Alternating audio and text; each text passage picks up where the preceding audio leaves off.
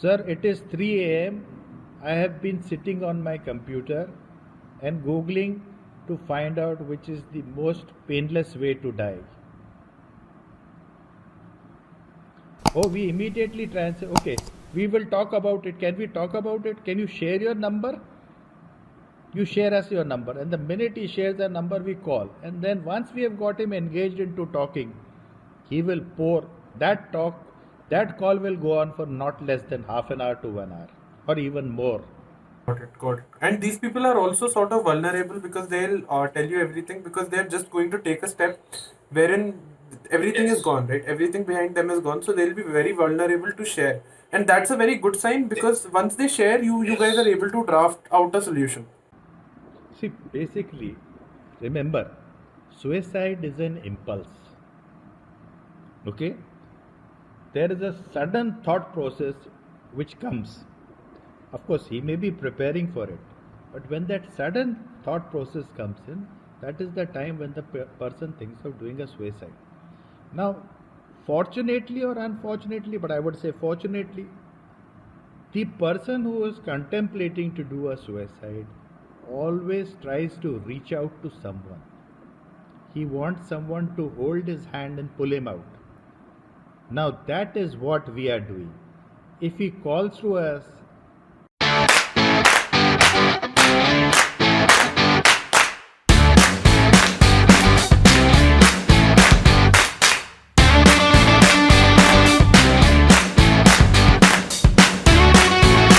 Hello, everyone. Welcome to another episode of Perspective. On every episode of Perspective, I try to bring on people who will add extreme amount of value into your life. And today, I have with me Mr. Arun from Vandrewala Foundation, who have been curing a lot of people dealing with mental issues with his team of psychologists and psychiatrists. Vandrewala does all of that for free, and they are a free helpline number which is active 24/7. And everyone who is listening to this podcast, can call on that helpline or even email on that helpline. And these guys are always on their toes to help you out with anything you need regarding mental health. So, how has been the day considering Vandrewala Foundation? well, it has been the usual busy day with a lot of calls at the helpline and the emails keeping me busy through the night and day. The only time I get to sleep is between 11 and 6 in the morning. So, how many emails or calls do you get in a day?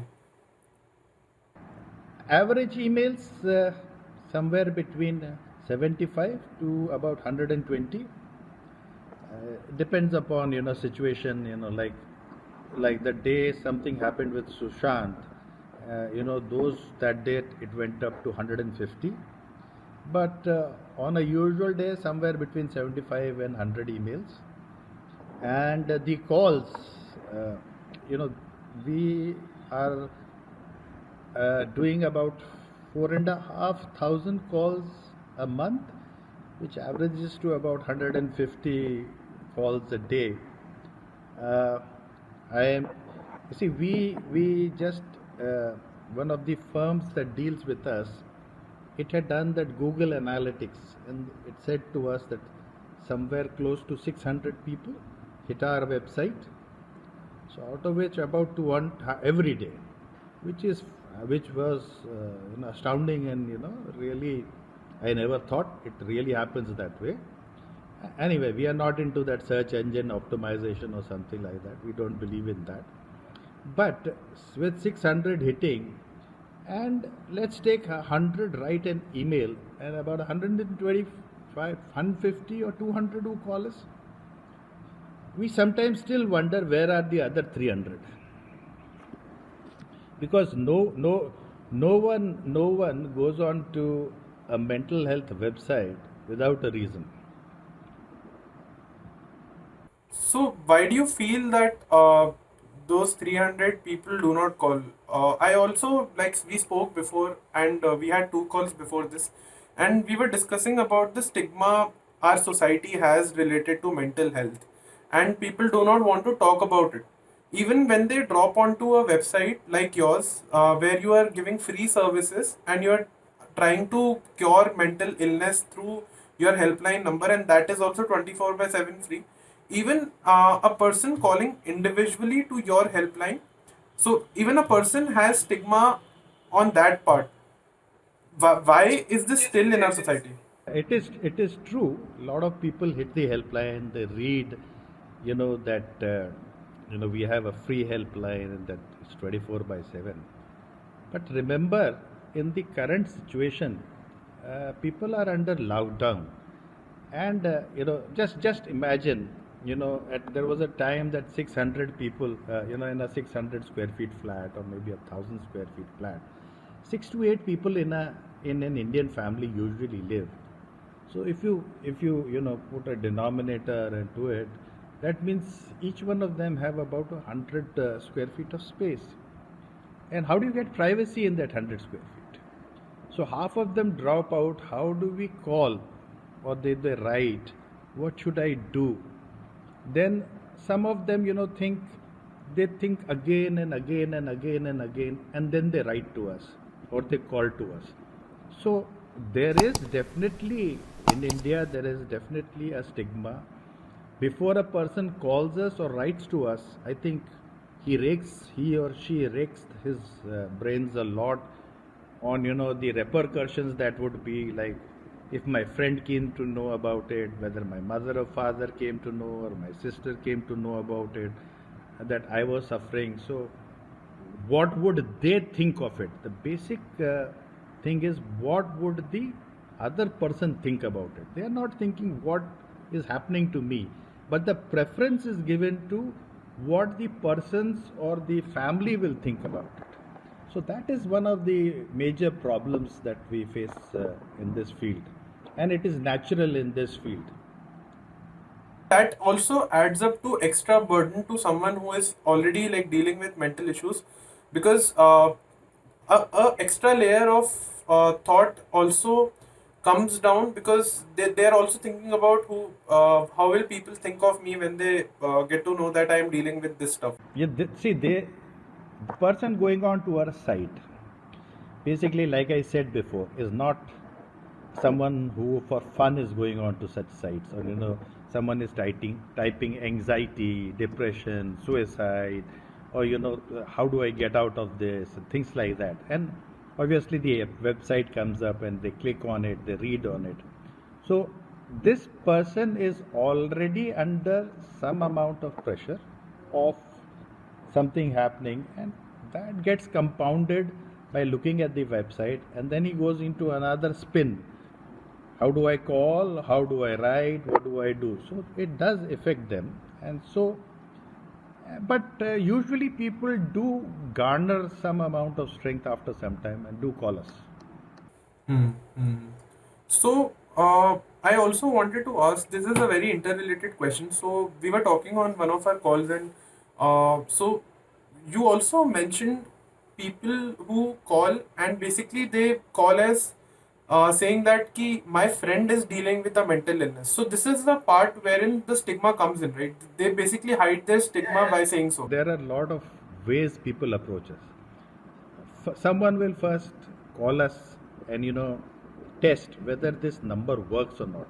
A lot of people think that most of the helplines don't work. It is just this thing. So they will pick up the call, they'll call, and as soon as our counselor says Vandrawala Foundation helpline, they'll put the receiver down or they'll click it off.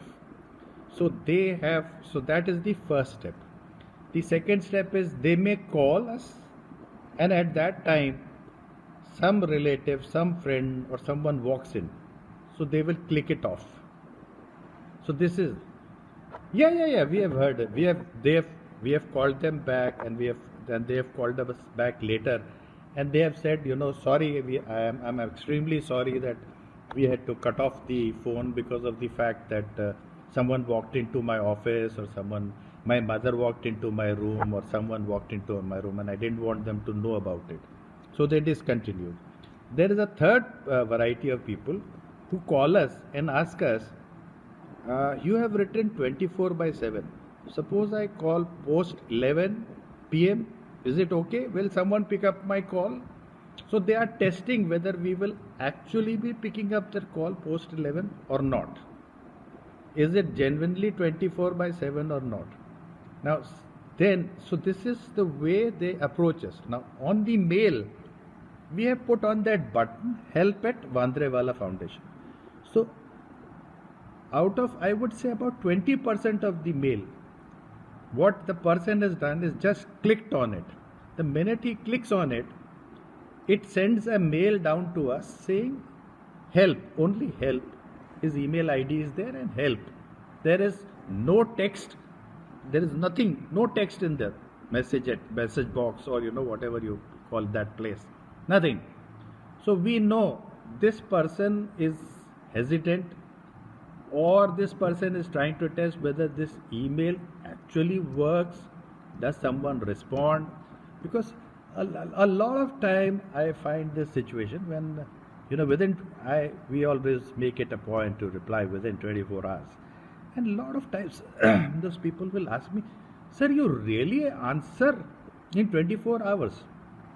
Thank you for responding that fast. Sometimes it comes back in 5 minutes. Now there is a joke in that 5 minutes. Suppose someone writes and I am sitting right in front of my laptop and I answer back immediately or something like that. I have been asked, is this auto reply, sir? Is this a human being behind it?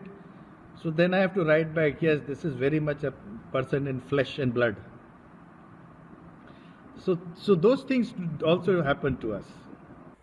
Got it. So all these examples you gave me shows that there is still a lot of stigma when there are a lot of people on social media talking about this, and a lot of people coming out and telling people that you need to speak about this. There is still a lot of mental stigma, and I also believe somewhere that people, the friends of people or people who are staying with the kind of people who have mental disorders should be the first responders to the situation. They should come out and say that, यार मेरा एक दोस्त है, he is dealing with this, can you help him out?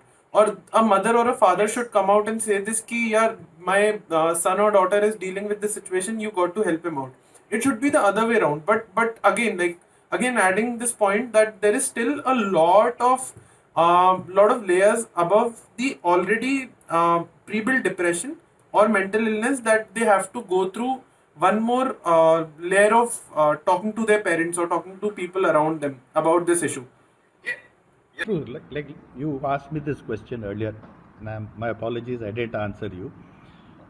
Some will write, one of my closest friend is showing signs of remorse, not talking. She's not dressing up properly. He or she is not going to the college. How can I help? Now, this is two circumstances. When such mails are coming to us, we always write back to them, you know what, you really want to help your friend, this is a number. You do one thing, you call the helpline, talk to the counselor, discuss your friend with the counselor, so that the counselor teaches you how to deal with your friend, how to bring him, how to get for him to call the helpline. See, we always say that if he's not going to call the helpline, then we may teach you some things, but that is really genuinely not going to help. So when we write this mail, they call the helpline, and when they are asking our counselors, no. And they said, don't mind, but if it is about us, let's be frank, let's be free. I'm not going to meet you. We are not going to come face to face. So it's like you are talking to a responding wall or a responding tree. So feel free. Don't talk about your friend. If you tell me more about yourself, it will be okay. There are people who write, my mother is suffering from a lot of anxiety. She gets mood bursts. But then there is nothing about the mother. So when we have checked back, we have found out that it was actually, and we come to know that it is actually the person who was wanting to touch base with us. We don't want to put them down also, and we said, okay, fine. If it's for your friend, okay, let's discuss what all your friend is having. So when the person starts describing in detail what the friend is happening, it is quite certain that it is not the friend, because I can't describe what you are having to, in depth. I don't know you that well. You may be my closest friend, but I don't know that much about you. 100%, 100%. And you always like get to know from the first call that this is the same guy who is talking is having the particular problem, but then you have to sort of talk to them in a way that makes them feel comfortable. So even like putting this message out through this podcast, everyone who is sort of facing any mental disorder or mental illness, or they're just not feeling fine, you can call up these guys and just be yourself. Stuff that you have to talk to your parents before going to them. They'll completely help you out with stuff, and you should be the first one who is basically getting the solution. Why do you have to be a friend talking about yourself? Because you won't be able to find the solution. You just need to call them up and you will be able to get the solution of the root cause. Also, sir, I wanted to ask you, how is this thing? So you told me that a lot of people type in help, or a lot of people talk in behalf of their friend, and at the end you get to know that they are those guys themselves. So how is it making things worse for people who are dealing firsthand with these disorders? Because like these guys are not coming firsthand, right? See, uh, our counselors, they are all psychologists who have been trained, and we put them through training. So they understand that, this is about someone. Maybe there may be one call. So we say, okay, you go try and come back tomorrow, but make sure that you come back tomorrow.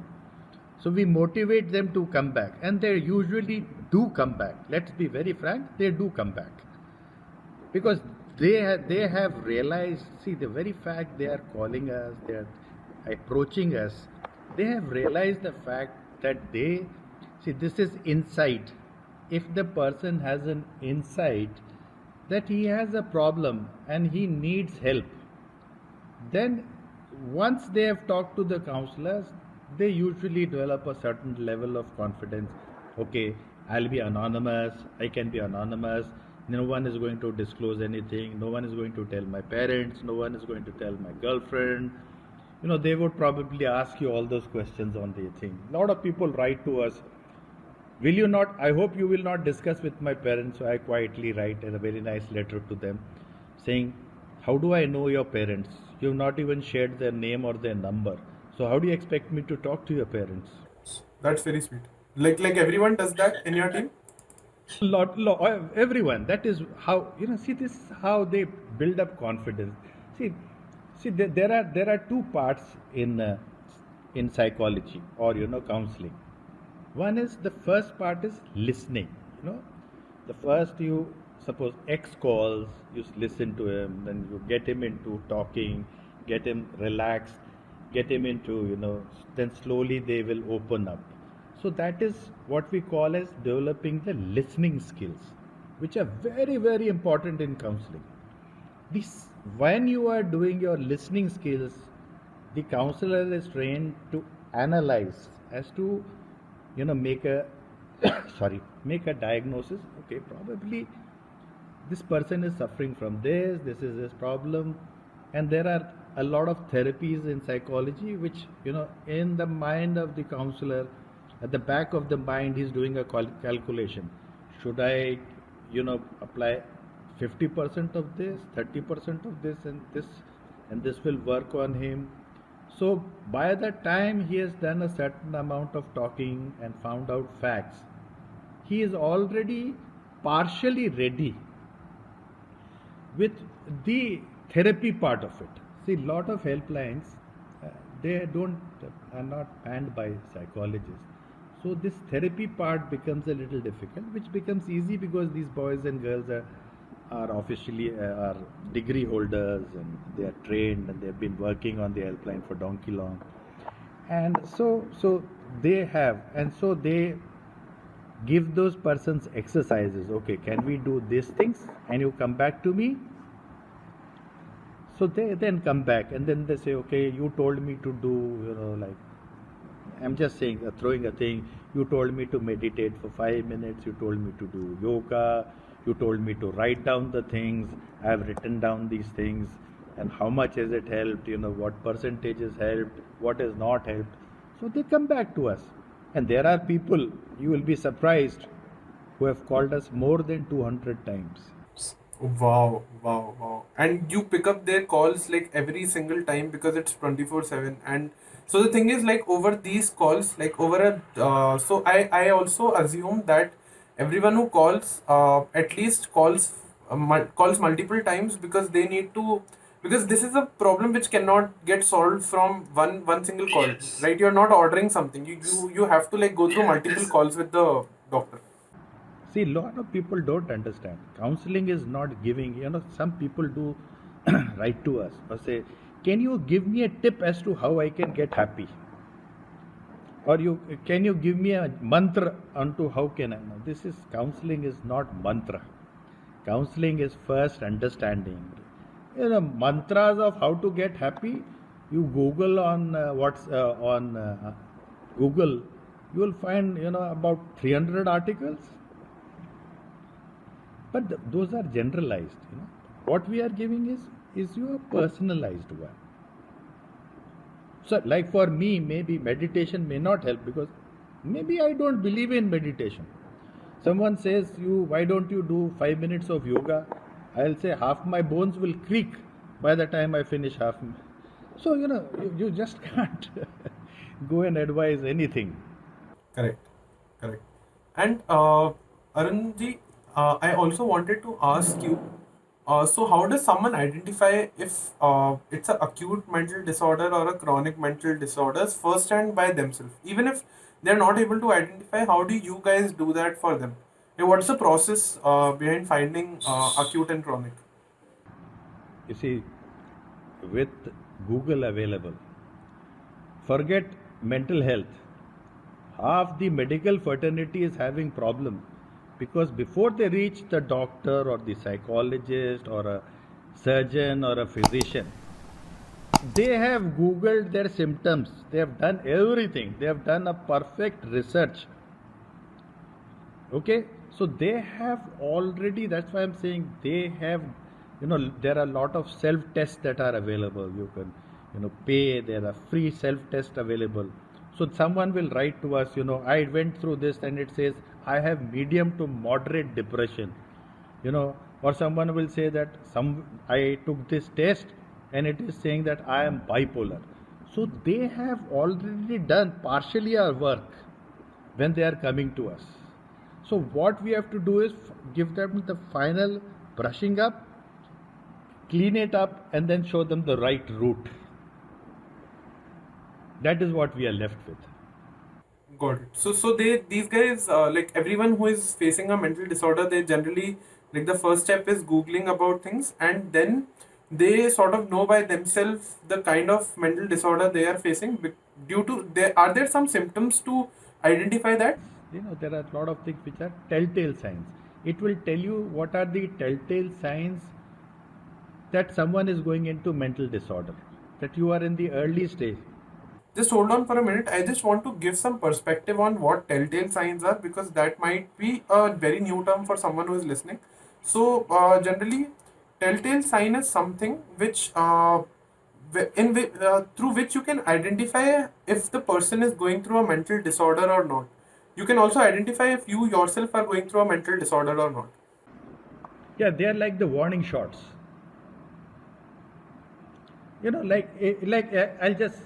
I can just rattle off some of them for you.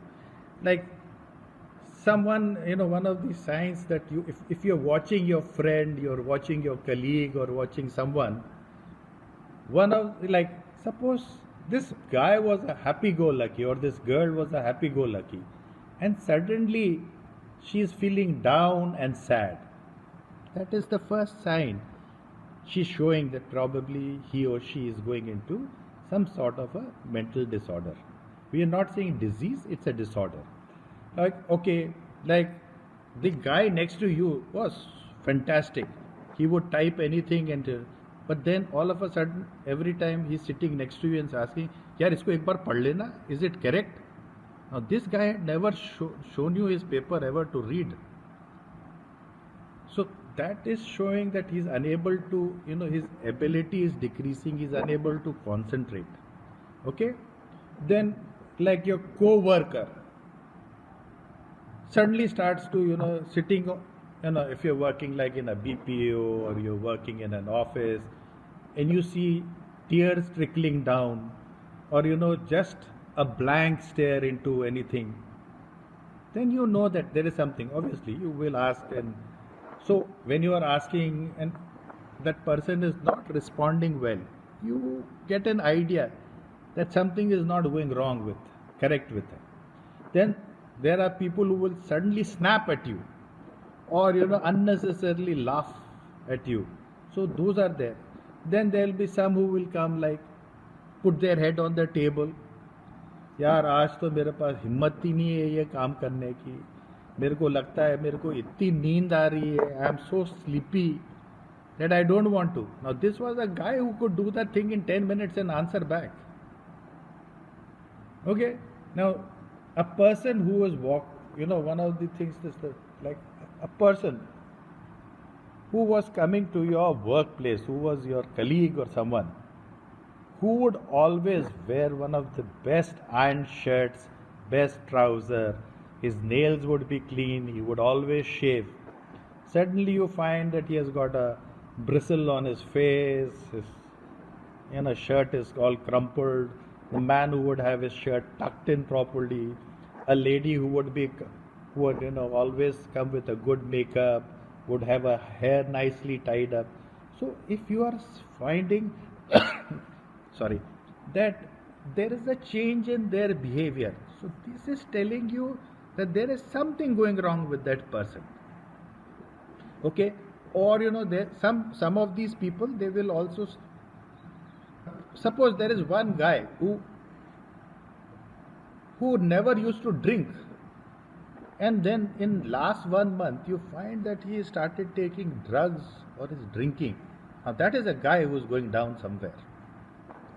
Okay, now the person sitting next to you, or your friend, when you are going to the canteen or something like that, who would be walloping 2 or 3 samosas, he would pick out of your plate and eat, suddenly says, yaar mere ko to ek bhi nahi chahiye, आधा तू ले ले मेरे से. So that is something that he is not well. So these are, anyone can Google, there are long list. So most of the people in their self test have a look at all these things, and they are able to diagnose themselves to quite a large extent. This was not there earlier. Got it. So you were also mentioning a very so I found it very sort of relatable, and I have seen it couple of times. So you told me that there are telltale signs of a miser also. Like if someone who is sort of very he basically holds on to his. No. Yeah. Those are the dangerous ones. Those come under, what we call the telltale signs of suicide. That means he has crossed a certain limit. Like suppose I would not let you touch my Mont Blanc pen. Okay, if you said मेरे को तेरा pen देना, he would have a spare 10 rupees or 15 rupees wala ball pen and hand it to you, but he would not pull out his Mont Blanc out of his pocket and give to you. And then suddenly he says, ये ले ले यार, you can use my Mont Blanc. Or he tries to tell you, अच्छा तू रख ले यार, मेरे को नहीं चाहिए, मेरे से ज़्यादा तेरे को ज़रूरत है. That is dangerous. Okay. And these are already preparation signs. They're already preparation signs for a suicide, right? Yes, they are preparatory. There is too much of sadness they give, or he will say, यार ये दुनिया में रखा क्या है ये लोग सब लड़ते रहते हैं, कितने दिन के मेहमान हैं हम लोग इस दुनिया में. मैं तो कल रात को 3 बजे तक सोचता रहा, आई वॉज थिंकिंग क्या फ़ायदा है इतना लंबा जी के. There should be there like nowadays there are lot of people who say, अरे यार एक बार कोरोना होए ख़त्म हो जाए यहाँ पे, किसी तरह से हो जाए. ओके, और they will go into a withdrawal also. Like the man was a chatterbox. In a crowd, he would be, the peacock of the crowd. And all of a sudden, you see that he has become quiet and calm and, things. And obviously, like, you know, too much of drinking, too much of drugs. Then also, one of the things, if you are seeing all this, and at the same time, there has been some traumatic event in his life. Like he lost his father, he lost his mother, he lost some sibling, his house went into some litigation, or he has had, he was into share market and he has lost a lot in shares. He's on the brink of a divorce, or someone, he has been diagnosed with an illness where he thinks, he may not be able to make it, or he may not be able to, if he lives longer, maybe he may be a financial distress or a problem to his relatives. So, those are things. Then there are a lot of people, suppose, let's take, you work in an office and you have a lot of files that are supposed to be some like semi-confidential or confidential files. Now, that person brings to you that file and says, yeah, can you keep this file? This is related to this thing. The second file is related to this thing. The most important thing. Now, there is no sense for him coming and telling you to keep this file in your cupboard and telling you what the file contains. Until unless he tells you the reason that he is going on a vacation. Yeah, he's going on a vacation. I'll be going on for a short term. In between, if the boss wants it, you can give it.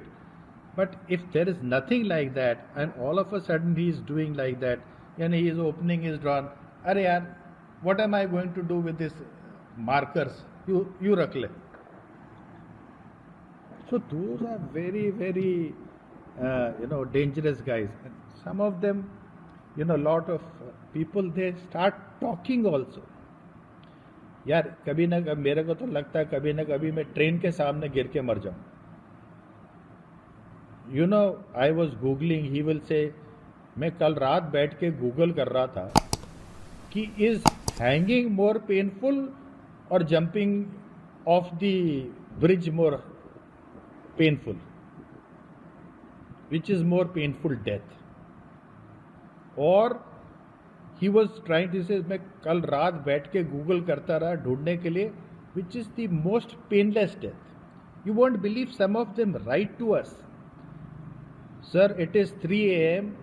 I have been sitting on my computer and googling to find out which is the most painless way to die. Oh, we immediately try and say, okay, we will talk about it. Can we talk about it? Can you share your number? You share us your number, and the minute he shares the number, we call. And then once we have got him engaged into talking, he will pour that talk. That call will go on for not less than half an hour to 1 hour, or even more. Got it. And these people are also sort of vulnerable because they'll tell you everything because they're just going to take a step wherein everything is gone, right? Everything behind them is gone, so they'll be very vulnerable to share. And that's a very good sign because once they share, you guys are able to draft out a solution. See, basically, remember, suicide is an impulse. Okay? There is a sudden thought process which comes. Of course, he may be preparing for it, but when that sudden thought process comes in, that is the time when the person thinks of doing a suicide. Now, fortunately or unfortunately, but I would say fortunately, the person who is contemplating to do a suicide always tries to reach out to someone. He wants someone to hold his hand and pull him out. Now that is what we are doing. If he calls to us, he will not do it, because we will get him into talking, and once he has talked for about 15-20 minutes, the thing is gone,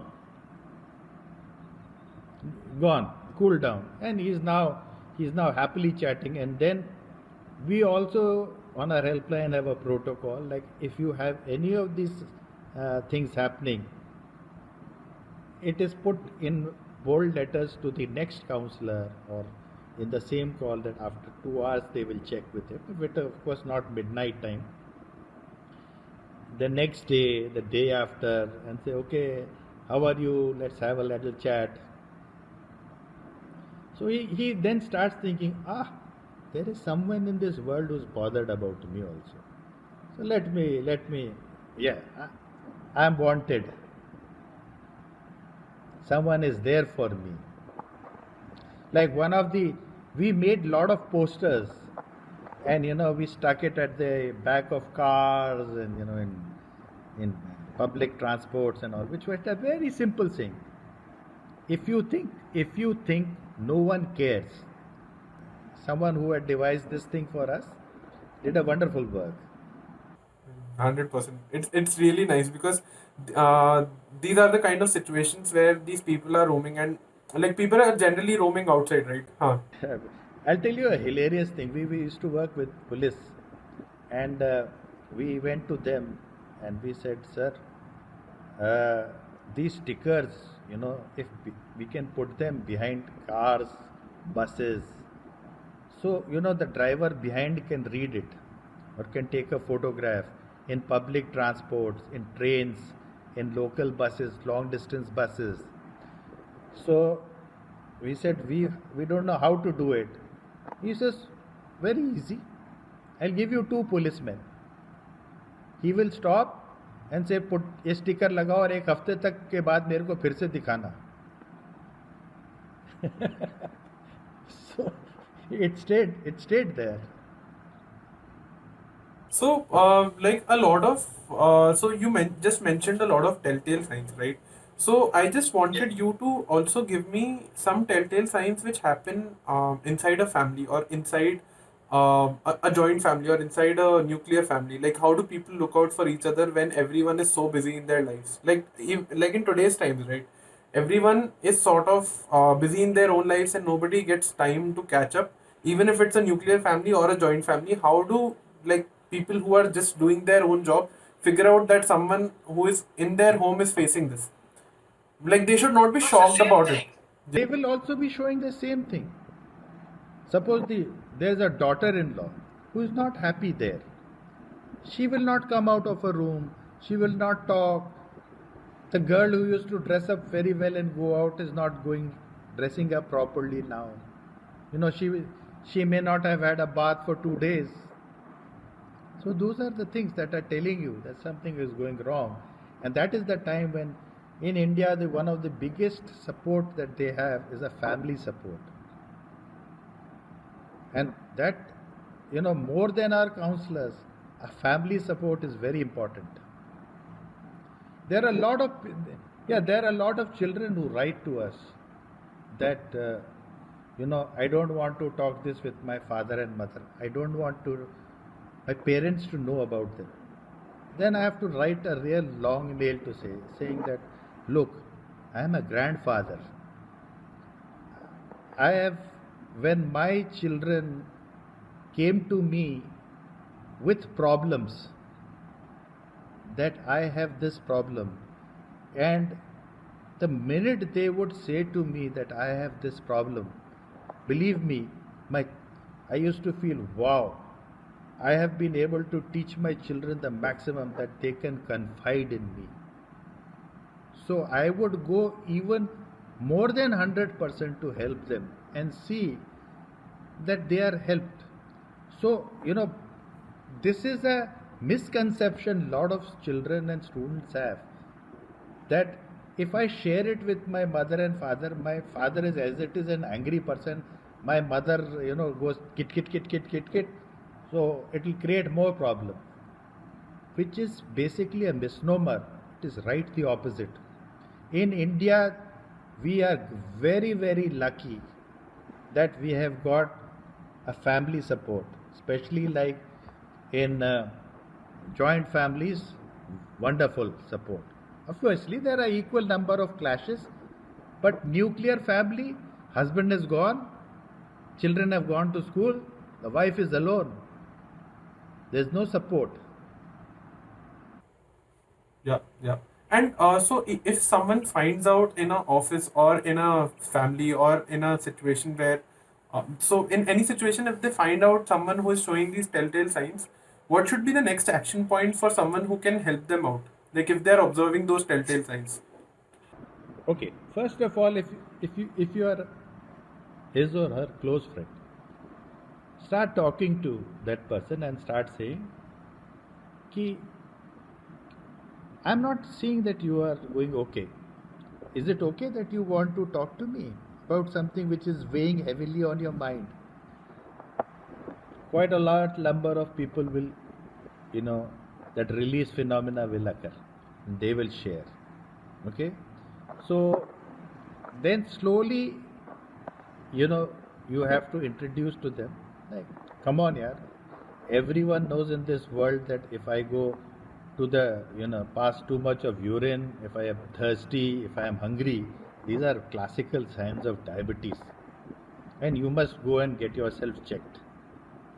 So similarly, you have to tell them, come on, why don't you call the helpline? Why don't we go? I will accompany you. We'll go and talk to a doctor and come back. So maybe, build confidence that there is a person who is bothered about you, who wants to accompany you, who is just not giving you an advice, but is also wanting to stand by you. So once that faith, because he or she has lost faith that there is no one for me, so that I can't share with anyone, and that no one is going to listen to me, and everyone is going to think I'm an idiot. So the minute you show to them that you care, they will open and they will agree, because they have already, like I said, googled and found out everything, and they are on the verge of seeking help, but they don't know how to do it. And it sort of acts as a lubricant, because let's say if my friend is going through something, I talk to him and I advise him to call a helpline number or maybe reach out to someone who can actually help and who might be an expert in this. I act as a lubricant in terms of I basically get him from Google to that psychologist who is much better than someone showing just random advice on Google. You become what is called in chemistry a catalyst, who starts a reaction and gets exits it without you changing. Yeah, yeah. You basically make the process faster for that guy rather than like yeah, 100%, 100%. And sometimes lot of people whom we have taught and done things like that, they tell people, अरे यार helpline में call करने से क्या जाता है, एक call ही का तो है, ले मेरा फ़ोन ले ले, तू मेरे फ़ोन से करना ताकि तेरा नाम नहीं पता चले, That removes the stigma also. Stigma, या चल ले लैंडलाइन से कर ले, कंपनी की लैंडलाइन से कर ले. Lot of people are scared of this stupid app called Truecaller. They say, हम कॉल करेंगे तो ट्रू कॉलर पे आपको हमारी आइडेंटिटी पता चल जाएगी. तो we tell them, we don't work through mobile phones. One of the things why we purposely have only digital phones on us, wherein you can't install a Truecaller app, for that reason only. But how do you sort of tell to these guys, like people who are in this stage are sort of not very confident about, are not very are not ready to trust the other person who is trying to help them, right? So how do they trust this fact that you guys won't trap the information and you won't use Truecaller? I know for a fact you won't do it. You know what? I will tell you how they test it also.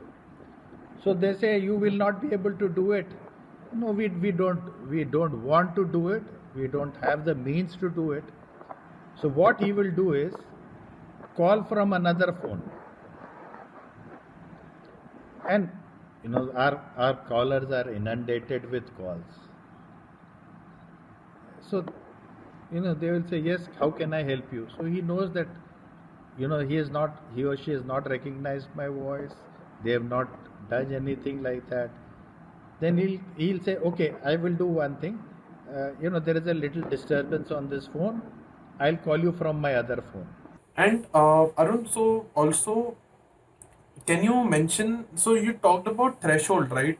Like people have a threshold for a telltale sign. But what are these stages where those telltale signs can be divided and can sort of give us an idea about what kind of what is the intensity of the mental disorder that the other guy is facing? No, no, no, no. Those telltale signs will only tell you that there is something wrong.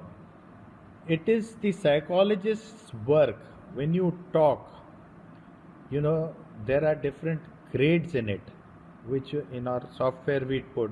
So they will attach a disease profile or a thing, and they will also attach the severity, the duration. There are 4 or 6 parameters which are, those parameters are also in numerical. So he will say, this is stage 2, and you got subset 2b3. So that is done. So according to the, let's say, very easy example I'll give you.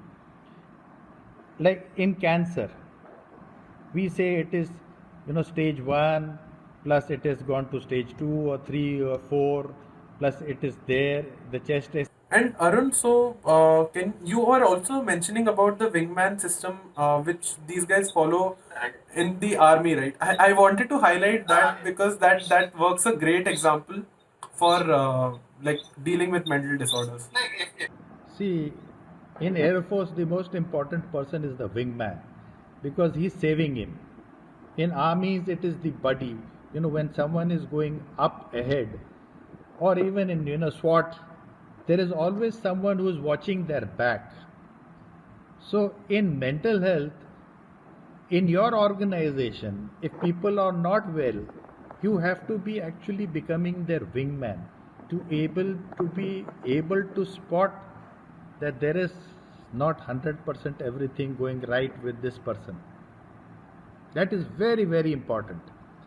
Correct, correct. Got it.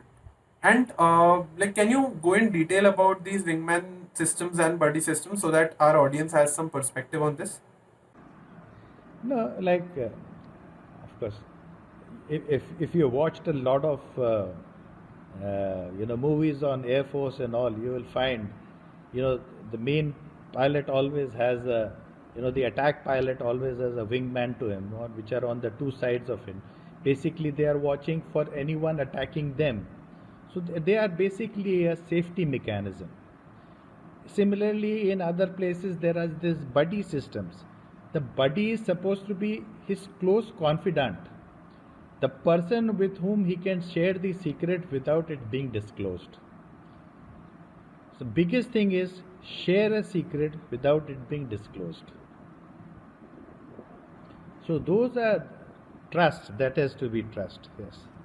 See, let me tell you, one of the most salient and the most effective thing why our helpline worked is because of very high confidentiality mode and anonymous.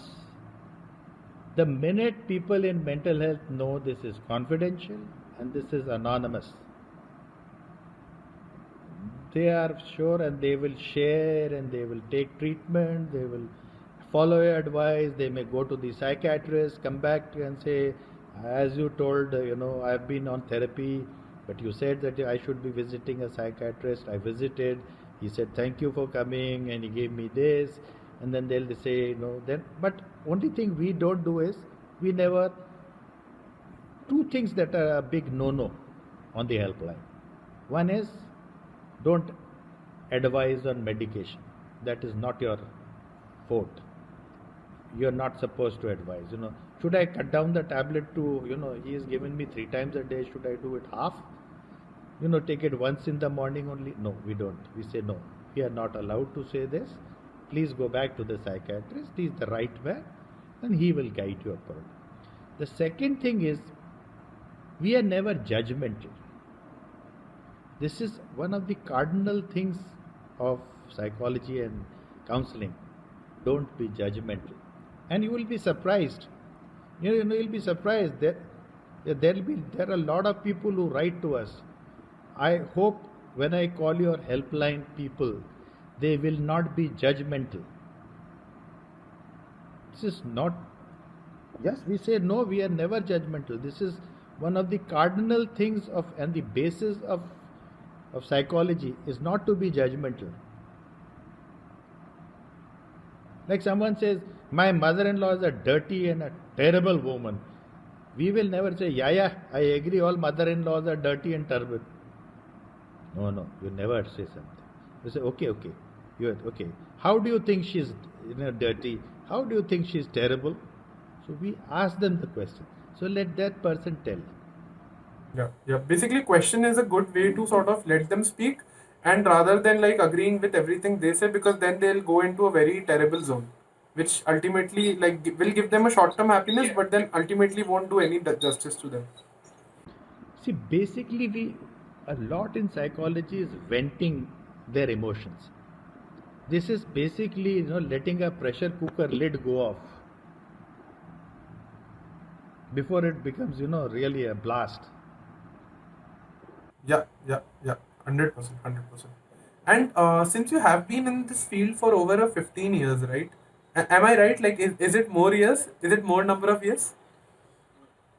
2009, I don't know, calculate. Oh my God. Okay. 11 years. Yeah, it's 11 11 years. Okay. And so, since you have been in this particular domain for 11 years and you have been like running a team of more than 20 psychologists and psychiatrists, doing this 24 by 7, have you got calls from offices or places, corporations where these guys want to teach their HRs about mental health? And how would this model be? Like, is it even important to be in offices as a part of human resource person's job role? Yes. See, nowadays in HR there is a new wing that has started, which is called diversity and inclusion, which fortunately has mental health as one of the topics. So we have been called and we have sent. I have gone and lectured. I have sent a lot of my psychologists, these counselors, or my friends or people who are willing to be with us to go and teach them about mental health, to teach them, basically run an anti-stigma campaign or give an anti-stigma, put awareness about the helpline, how you can seek help. So a lot of this is one part of it. The other part of it is I, in a month, probably get 6 or 7 mails from major companies, some smaller also, some major companies. Sir, we are doing this thing. We want to look after the mental health of our company. How do you? The first thing is they say, we want to start a helpline. So I stay quiet for some time because they think that starting a helpline is just buy one phone and get something. No, it's far more than that. So then I say, can I talk? And then I tell them about how difficult it was for us to start the first helpline, and how I have taught a lot of helplines how to run. So I asked them, is it worth going that much? So okay sir, then what can we do? I said, simple as that. In your HR catalogs or whatever it is, and if you are making posters and something, just use our helpline number. It is cheapest. Because that's the quickest fix you can do. So then they will say, sir, officially I will write, and then you officially reply back to me. So we do reply back. I don't know, there may be about more than 600, 700 companies who have our helpline number mentioned. And some of us are, what will you charge for this? I said, charge what? If the other person is free, why should we charge you? Arun sir, one more question, which like we were having this very interesting conversation on a previous call, where I spoke to you about how a child basically is sort of scolded for a particular thing, and that child hates that thing to the core until he grows or becomes an adult. and he basically forgets the primary incident which happened in the childhood, but ultimately he just hates that particular thing, right? And he also told me that someone, a person who you know is afraid of the dark, and the only reason for him being afraid is that a dog ran behind him in childhood, right? So how can someone identify the reasons? Yes, because see, that person as a young person was walking through a dark alley when, out of a blue, a dog chased him. So he then, the fear of being chased with a dog and darkness persisted with him. Why? Let's not go very far. I'm, I'm dead scared of water. I have lived 500 meters from the seashore for 5 years, but I never put my foot into the water because I nearly drowned in the swimming pool in my school days. So I have that. Oh, I was probably in my class 6. I went into a severe cramp when I was swimming, and because of the cramp, I was hardly able to. But luckily, there was the instructor was there. He threw a pole at me, and he was able to pull me out. But that fear was there, the pain of the cramp, the fear of drowning, all that persists with me. So even, on a seashore when the waves are coming where most people are splashing around, I never put my toe into it.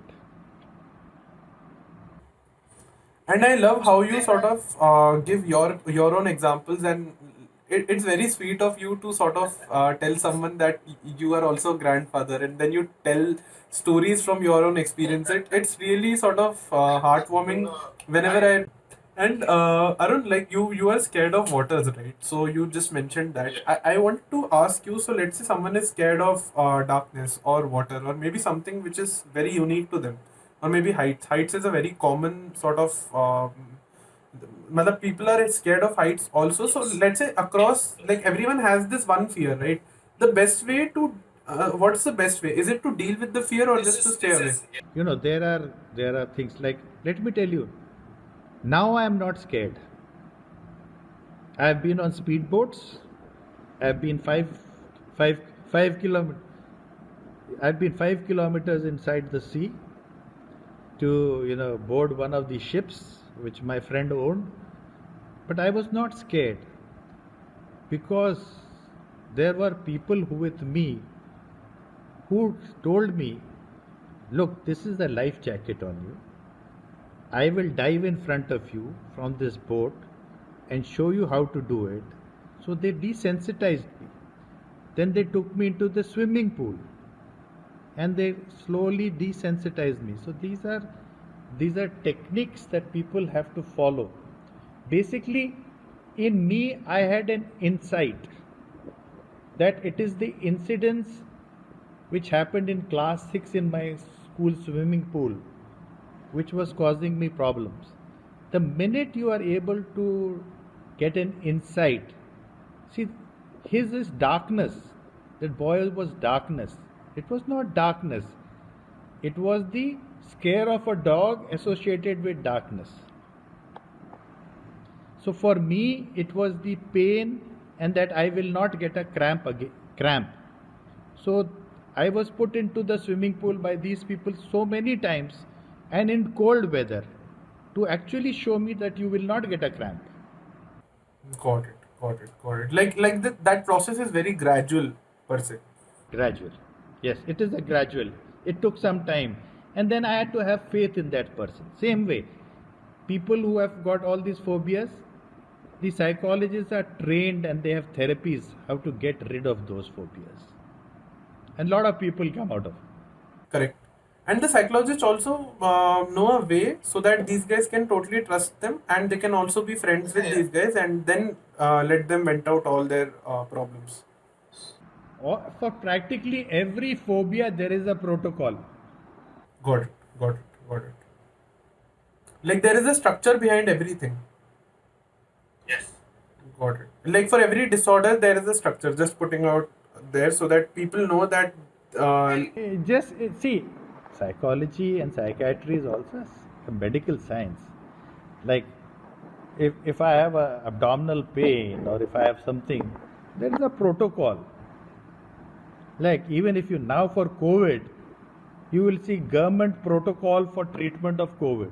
So there is a protocol. This is what a 3-month-old disease, 4-month-old disease, but there are protocols. Imagine mental health has been there for donkey long years. Correct. 100%. 100%. So those protocols have been made and they've been refined, retuned. Research has been done. Research showed something else. Then you do this. So there are fixed things for it. Right? Like these rules or the structures have been changing over a long period of time. Yeah, they do change, but now, somehow the latest trends are more not in. There are some trends that are coming up in psychology, but then there is medication also. No? Newer drugs are evolved, newer therapies. So there is a combination of drug and there is a combination of therapy, plus minus. Yep, yep, yep, 100%. So, Arun, also like I found this very interesting thing. So, people have traumas passed on through genetics also, is what I read on Google. I'm not 100% sure about this. Is this thing true? Like people do have traumas passed through genes as well? I'm not very sure on that. I would not, because you see, like a lot of people say, a mother who has had some sort of problem like menstrual pains, the daughter will also have menstrual pain, because now that is exactly not gene, because the daughter saw the mother having pain during menses, so she also thinks that it is a normal phenomena to have pain. Got it. Like she has manifested it so much that she also has it. So at the back of her mind, it means menses have pain. Periods are painful. But a person whose mother has never faced or there is nothing that has happened in the family, that girl will probably not show. But if she's showing, and then then you have to be, as a gynecologist, diagnosing whether there is some problem or not. But if the problem is not, there is nothing pathological happening, and it's probably psychological. Got it. Got it. And Arun, just so I'll just like take a few more minutes of your time. I'm really sorry for extending this. So, Go ahead, go ahead. yeah. So the thing is that a lot of people have been losing out on their jobs, right? In a crisis like this, and a lot of people have been with people who they don't like in a long run.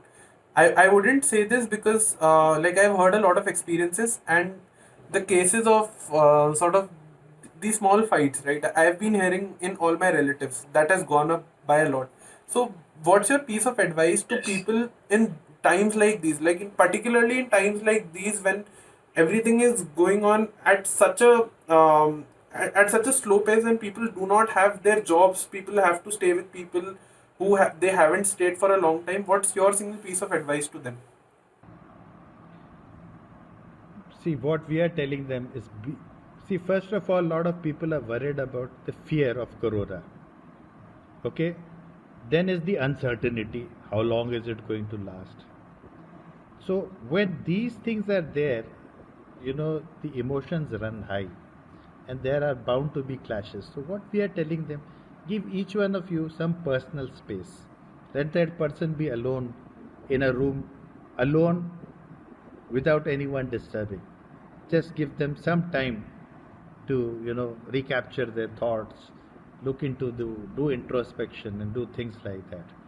So basically, we have to tell them, first of all, reassure them that yes, this is not a perpetual or 100-year disease. Secondly, science is working overtime. There would obviously be some cure that would come out. There would be vaccines that would come out. So you would be going back to school, college, or to work. And the only thing is, try to be tolerant in these times and bear with each other and help each other.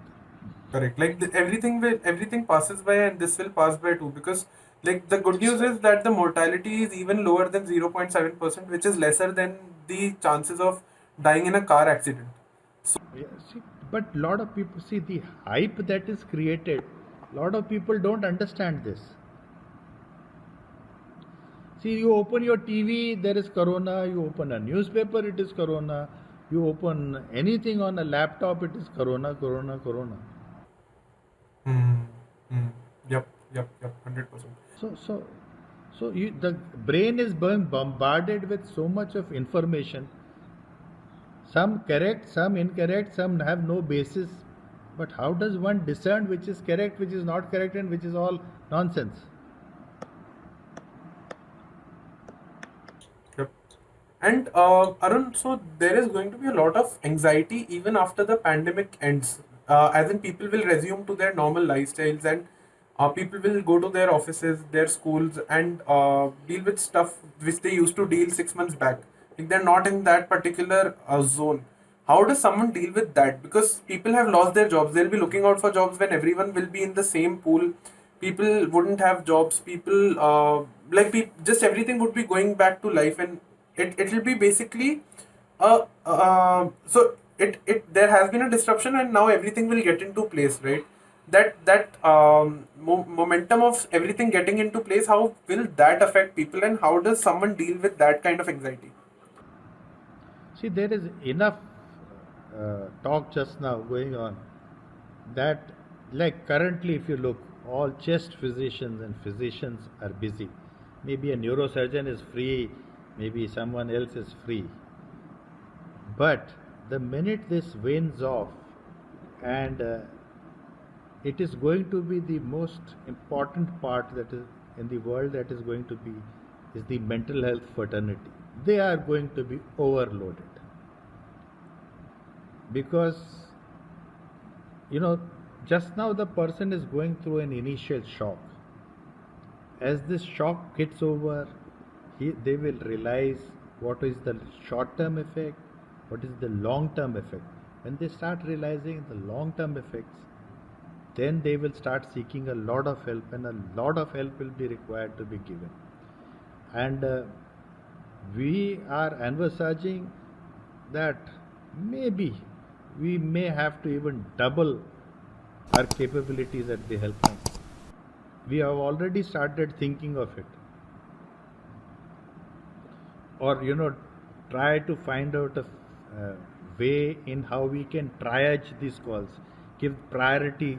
How do we classify according to priority? Because suppose the call volume goes to 400 or 500, what do we do? Because the average person will only be able to take 30 to 40 calls at max. Like this is the max, because you have to give that kind of time to people, right? If you want to do justice, so there will have to be more helplines, the load sharing will have to be done, people will have to be, but then we also think that clinics will open, so a lot of people will go to the clinics and talk.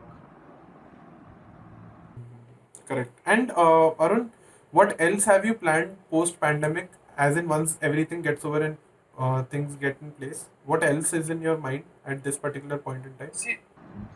There is a lot of demand that is coming from the youngsters.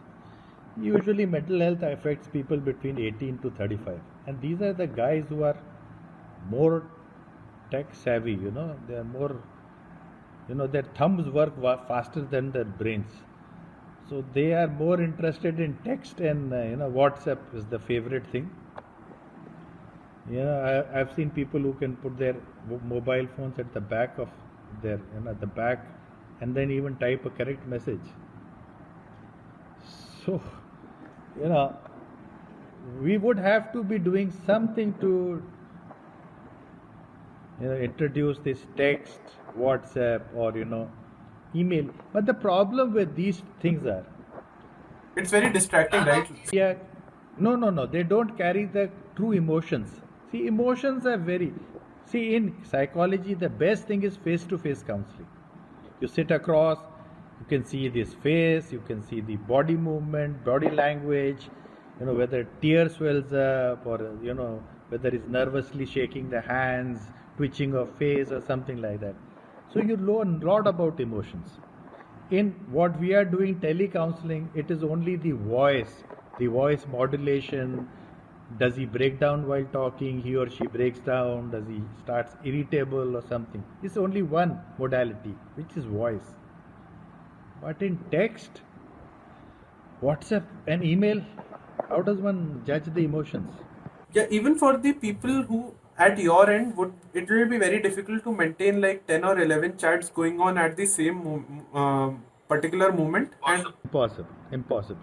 See, like we both have talked for about an hour or so now. Imagine typing this. I wouldn't complete it till tomorrow. yeah, and I might have asked you something even like in my in a state where I would be eating stuff, but that wouldn't be full presence of mind, right? So how much can a person type on a keyboard? You have to be like a super typist, or you have to be a super person, or use short forms and things like that, which is really not the correct way of doing it. So we have been working with some tech companies. They're trying to help us to, we have been sending them feedbacks on, what we are actually looking at, and they are thinking about doing something about it. Too early to say what it would end up in, but the thought process has started. Oh, that's nice. That's wonderful. And Arun, I just wanted to end this podcast by thanking you. Thank you for existing and thank you for this beautiful, beautiful organization. Thank you for putting your hard work into this organization, even after having your own company and having other jobs. And a heartfelt thank you, which I didn't mention in the last two calls because I was too busy mugging up the questions. And every time we used to talk, it was just about. I always tell, there are a lot of newspapers and journalists who call me. I said, look, Arunjan is not important. Vandrewala Foundation is doing a work. The more important and the most important thing is people should know two things: the helpline number, and that there is help at Vandrewala Foundation. If you can't link, send us a call. We will get back to you. So, knowing the number and the email address. See, you fly Indigo. On the back of seat there is a number written. Do you know? Do you remember? Do you remember it? Yeah, yeah, yeah. You remember that number? No, I'm saying I've seen that number. Yeah, no one remembers. So what more important is that people should know that if you Google Vandrewala Foundation and you go onto the site, you can't possibly remember the number. The number is there, then call. Either you call from there or just get into that help. Yeah, yeah. And also, I'll be putting out the number of Vandrewala Foundation and the email in the description of this video. Wherever I'll just post this content, I'll absolutely sort of mention one. See, please remember two things: that 1860-266-2345 is a unique number. It's a special number. Now, Government of India has made it payable. So, a lot of kids have this, what is called as unlimited plan phones with no base balance. If you have that type of a phone, it won't go through. Or it will keep on searching, and then people write to us, your helpline does not work. Therefore, later on, we put in some Airtel numbers onto it. So they can go on to the Airtel number. Those Airtel numbers also work through an EPBX. So sometimes, you will have this call is being transferred. But why is it being transferred? Because the prime number is making it, search and jump onto the other one.